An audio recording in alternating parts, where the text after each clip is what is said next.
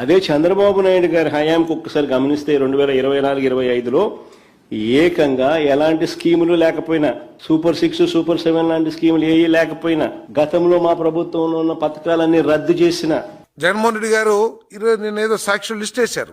ఆ సంక్షేమ కార్యక్రమాల గురించి చెప్పారు. జగన్మోహన్ రెడ్డి గారు ఒక సైడే చూస్తున్నారు. జగన్మోహన్ రెడ్డి గారు రెండో సైడ్ కూడా చూడండి. కేవలం 2019-24 మధ్యలో మీరిచ్చిన సంక్షేమ కార్యక్రమాల గురించి ఆలోచిస్తున్నారు. ఉదాహరణకి ఒక 2-3 చెప్తాను. కూటమి ప్రభుత్వంలో ఏం చేసింది మీకు 2019-24కి 24-29కి తేడా ఏంటో ఒక్కసారి గమనించమని చెప్పేసి చెప్తా ఉన్నాను. అమ్మఒడి వారు చెప్పినట్లే సాక్షి పత్రికలో వచ్చిందే 26,067 కోట్ల అమ్మఒడి.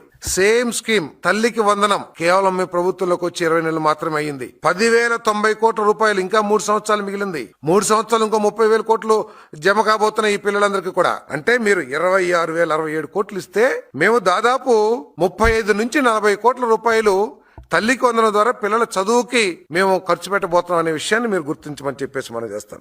వైఎస్ఆర్ పెన్షన్ గురించి చెప్తున్నారు. 58,509 కోట్ల 40 లక్షల రూపాయలు వైఎస్ఆర్ పెన్షన్. జగన్మోహన్ రెడ్డి గారు మేము వచ్చిన 20 నెలల్లోనే 58,654 కోట్ల పెన్షన్ ఇచ్చాం. ఇంకా 3 సంవత్సరాలు ఉంది.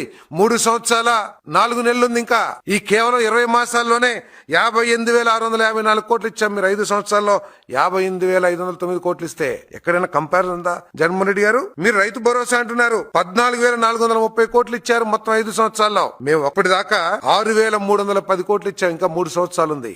మీరు ఎక్కడ కూడా ఏదో మీరు గొప్పగా చేశారని చెప్పేసి మీరు మీ పార్టీ నాయకులు కార్యకర్తలు తెగ చెప్తా ఉన్నారు. రెండు ఫిగర్స్, ఏ ఊరైనా ఏ వార్డు అయినా మున్సిపాలిటీలో ఏ వార్డు అయినా సరే ఏ సెక్రటరీ పరిధి అయినా సరే మీకంటే 40-50% అధికంగా ఆ గ్రామ పంచాయతీలోని ప్రజలకు కానివ్వండి, ఆ వార్డులోని ప్రజలకు కానీ మా ప్రభుత్వం ఇచ్చిందో లేదో లెక్కలతో సహా చూపిస్తామని చెప్పేసి మనం చేస్తాను.